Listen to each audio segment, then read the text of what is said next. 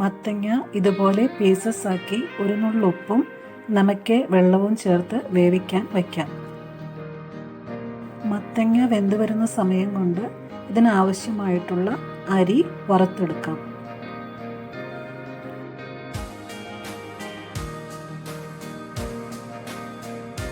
അരി നന്നായി വറന്നു വന്നിട്ടുണ്ട്.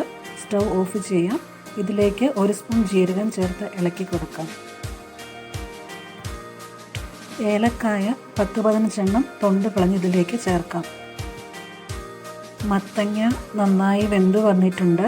ഇത് ഇനി തവി വച്ച് നന്നായി ഉടച്ചെടുക്കാം. ഇതിലേക്ക് ശർക്കര പൊടിച്ചത് ചേർത്ത് കൊടുക്കാം. 1 സ്പൂൺ നെയ്യ് ചേർക്കുന്നുണ്ട്. നന്നായി തിളയ്ക്കുന്നുണ്ട്. 3-4 മിനിറ്റ് ആയിട്ടുണ്ട്.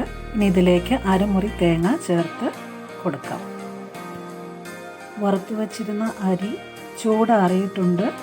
ഇത് മിക്സിയുടെ ചെറിയ ജാറിലിട്ട് പൊടിച്ചെടുക്കാം. വറുത്ത അരി പൊടിച്ചത് ഇതിലേക്ക് ചേർത്ത് നന്നായി ഇളക്കി യോജിപ്പിക്കാം.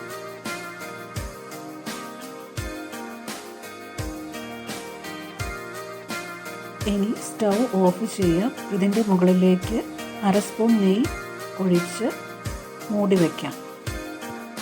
4-5 മിനിറ്റുകൾക്ക് ശേഷം മൂടി തുറന്ന് നന്നായി ഇളക്കി യോജിപ്പിച്ച് സെർവ് ചെയ്യാം.